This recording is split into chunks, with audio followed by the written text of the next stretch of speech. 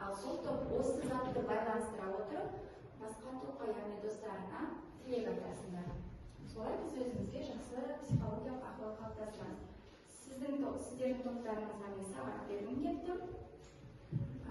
Келесі топқа сіздер сызғыш ала қойыңыздар және сіздерге қамыр ұсыныңыздар. Ал егер топта дайын болса,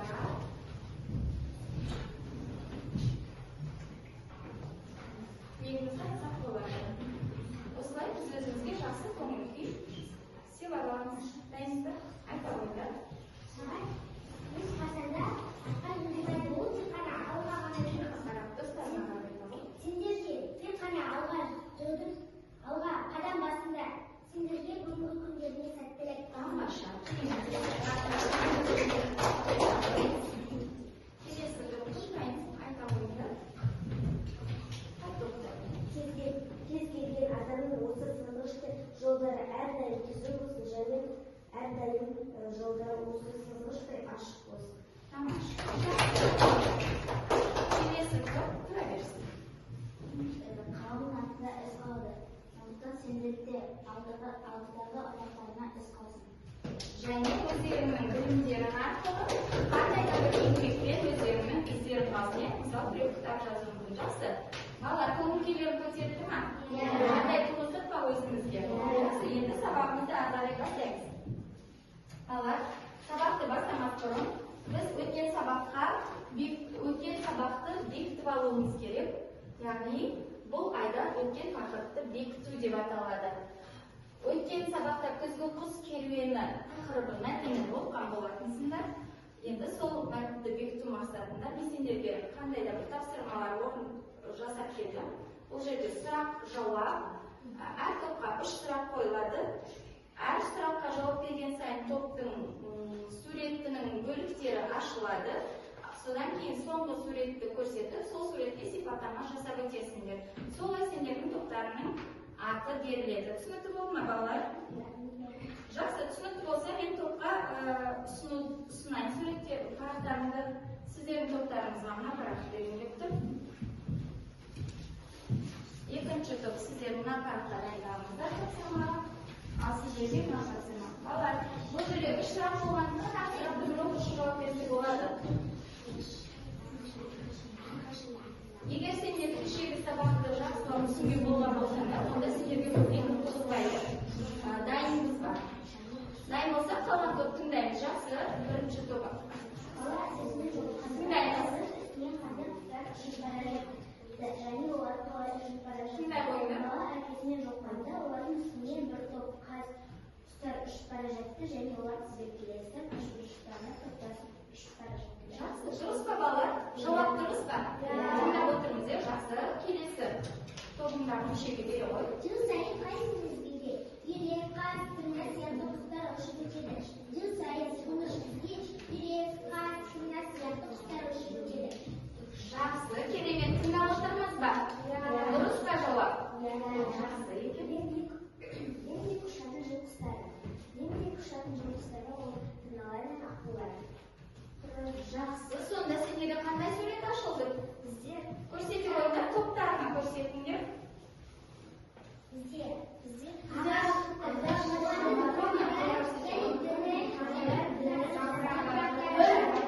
өсімдікті қорғауымыз қажет.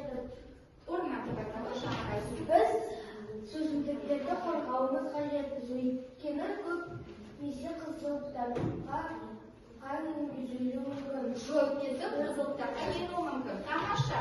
Қандай қызғылттардағы өсімдікті білесіңдер? Қызғылттарға енген? Айтамыз? Бізде қызыл кітапқа енген өсімдіктің бүктері қызғалдақ. Ол қазіргі кезде жойылып бара жатыр. Және сексеуіл, сексеуілдің өсуі бірталай жыл кетеді. Яғни сендер өсімдіктерді қорғауымыз керек дейсіңдер, сендерге қорға деген ат береміз. Топтарын қорға деген ат болады. Келесі қай топтайын? Айтамыз. Жолбасшының міндетін атамайды. Жолбасшы әрқашанда артындағы үйірме дұрыс жолда өсірді. Жеңдер барлығына дұрыс жол көрсетіп көмек береді. Міндетін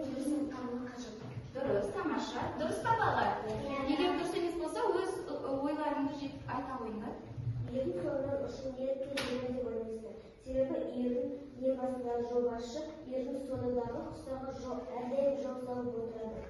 Жарайсыңдар. Дұрыс қой балалар, иә? Бала әкесінің әңгімесінен нені ұқтым? Бала әкесінің әңгімесінен құстардың ұйымшылдығы мен ақылдылығын ұқтым. Керемет екен жауап. Келісеміз бе? Бізде осындай сөйлеп шықты. Бұл бізде өрт сөндіруші құрал. Біз бұл құралмен кез келген өртті сөндіре аламыз. Жақсы. Яғни біз өрттен осындай құралмен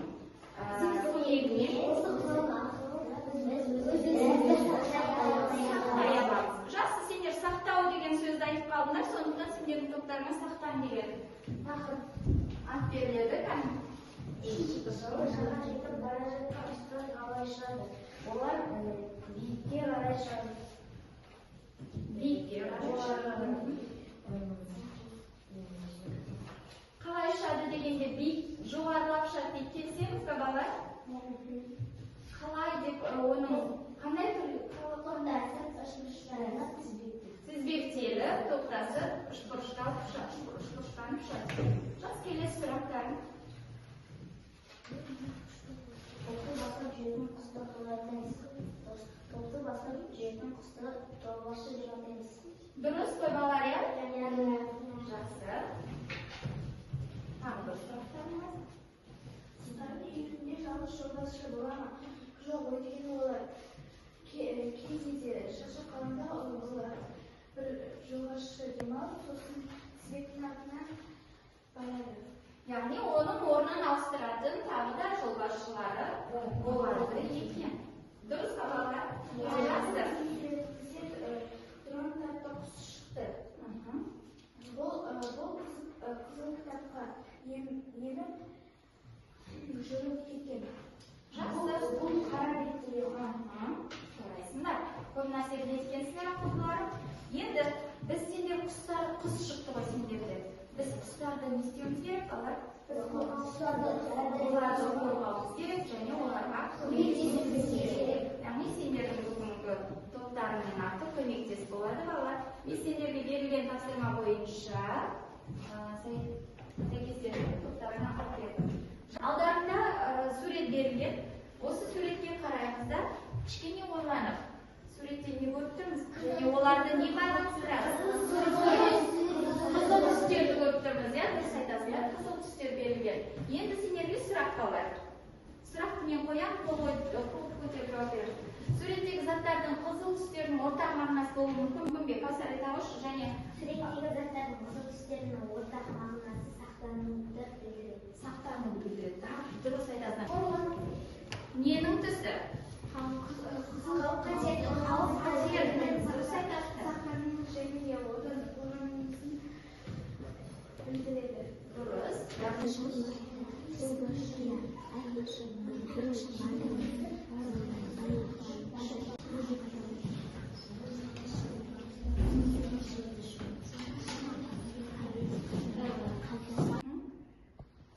Енді, балалар, осы суреттерді қарап, қазір бізге сұрақ беріліп тұр, иә? Ортақ, бұларды не байланыстырады, айтауыш? Ол қызыл кітапқа енгізілген. Жақсы. Енді қызыл кітап деп айтып қалдыңдар ғой. Мен сендерге енді қызыл кітап туралы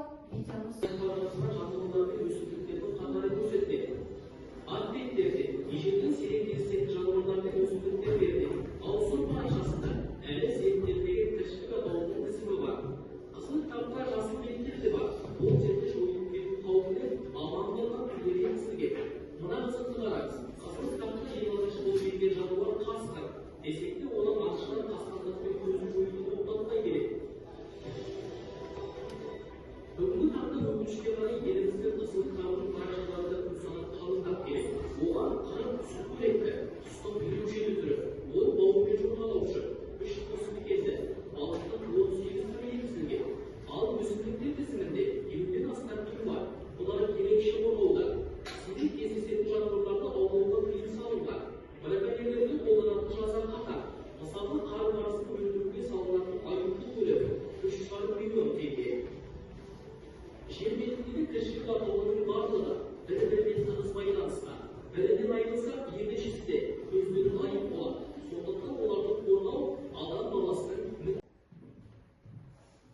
Tushunib bo'lsa, qaray sababimizni жалғастырамыз.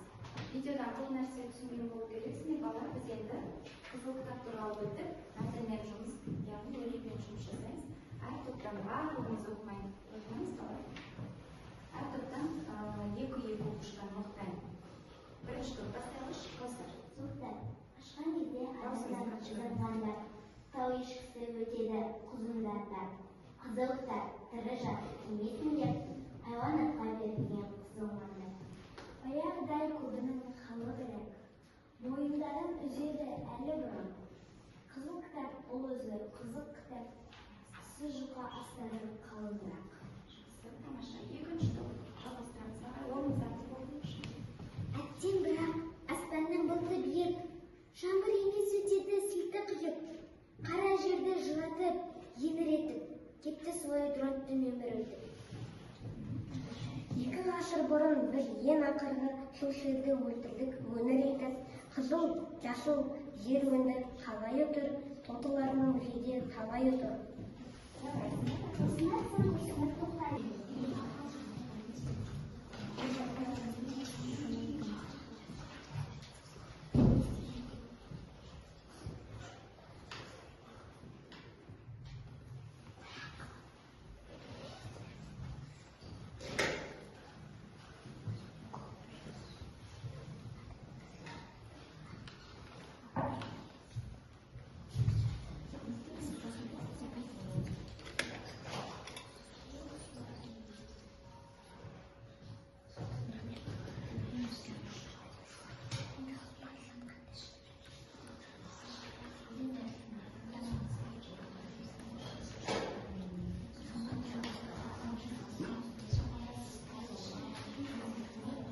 Жұмысымызды аяқтадық па? Аяқтаған болсақ, біз тоқтық жұмысымызды не істейміз? Қорғаймыз, иә? Және өз пікірлеріңді білдіресіңдер. Егер келіспесеңдер, бізде бірінші, үшінші топ аяқтады, шыға қойыңыздар. Жұмыстарыңызды қорғап беріңіздер. Біз үшінші топ жер мекенімізді сақтайық деген постер жасадық. Тақырыпта, иә? Біз жерді сақтау үшін қоқыс тастауымыз қажет. Өйткені біз қоқыс тастасақ, жер ластанып кетеді. Жақсы. Біз екінші топ кестемен жұмыс жасадық. Біздің тақырыбымыз жаңағы оқыған қызыл кітап өлеңінде сол кестемен жұмыс жасадық. Сол өлеңнің атауы қызыл кітап.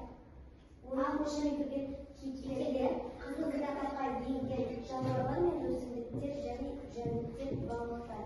Оқиға адамдар жан-жануарлар мен өсімдіктер мен құстарды аулап, шылып және атпауы тиіс. Ахуал жағдай. Себебі адамдардың іс-әрекеттері бірнеше жануарлар жойылып кетті. Ахуал жағдай. Жан-жануарлар мен өсімдіктердің жойылуы. Адамдар жан-жануарларды шамадан тыс аулап және де олар жойылып бара жатыр. Сондықтан да оларды қызыл кітапқа енгізді. Және біз оларды әрдайым қорғауымыз қажет. Проблема. Жануарлар мен өсімдіктердің жойылып бара жатқаны. Шынында да жануарлар жойылып бара жатыр. Олар адамның іс-әрекетіне ғана емес, табиғат құбылыстарына да байланысты. Жақсы. Жануарларды, құстарды қорғауымыз қажет. Және де орнына қызыл кітаптағы арнайы қорықтарға енгізіп қорғауымыз қажет. Жақсы. Қызыл кітап тақырыбына байланыстырып, пирамидаға негізделген тарих әдісімен постер жасадық. Бізде табиғаттағы өсімдіктер, жан-жануарлардың жойылуына 70% адами факторға байланысты, яғни адамның іс-әрекетіне байланысты болады. Ал 30% табиғи факторларға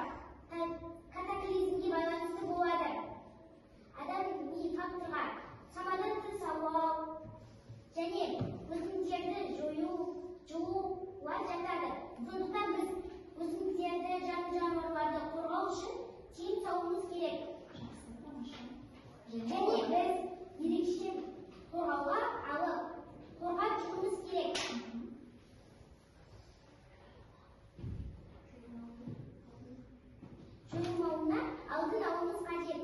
Жақсы, рахмет. Болса шойлап яғни біз өсімдіктердің, құстардың, жан-жануарлардың жойылуына байланысты қорыққа алып, қызыл кітапқа енгізіп ерекше қорғағаннан көрі, біз оның жойылмауына алдын алуымыз керек, балалар, иә? Не ойлайсыздар, алдын алу үшін қандай жұмыстар атқару керек? Айсұлтан, айта қойшы. Жануарлар мен өсімдіктерді және де басқа түрлі жандардың қорғайтын іс-шаралар жасау керек. Тамаша, керемет. Яғни оларды қорғау үшін бірнеше іс-шаралар ұйымдастыру керек, акция деп атамыз, иә? Жақсы. Сендерге сәйкестендіру тапсырмасы бойынша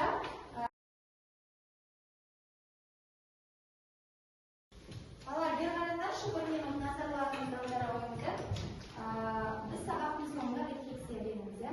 А пункті, бұл пункті дегеніміз, А пункті біз өткен сабақтағы тапсырма бойынша, яғни бекітті қой кешегі. Сол жерден шығамыз, бүгінгі сабақ барысы, яғни біз неден өтіп кеткенбіз, қалай? Көпірден өтеміз. Көпірден өтіп, бұл пунктіне жетесіңдер, егер сендер бүгінгі сабақтың мақсатына жеткен болсаң, сен барлығын түсінген болсаң, ал егер түсінбеген жартылай болса, сендер көпірде қалып қоясыңдар. Түсінікті болды ма?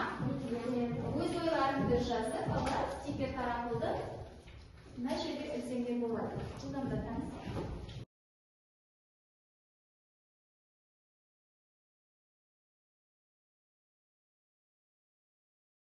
Бүгінгі сабағымыз аяқталды. Сабақ қалай ойлайсыңдар? Мақсатына жетті ма? Сабақтан бәрін түсіндік пе? Автордың негізгі ойын таптыр, иә? Және осымен жұмыс жасадық. Қазір мен сендердің жазған стикерлеріңді қарап, қай баланың түсінбегенін, не болмаса, ол түсінгенін оқитын боламын. Сабақ аяқталды.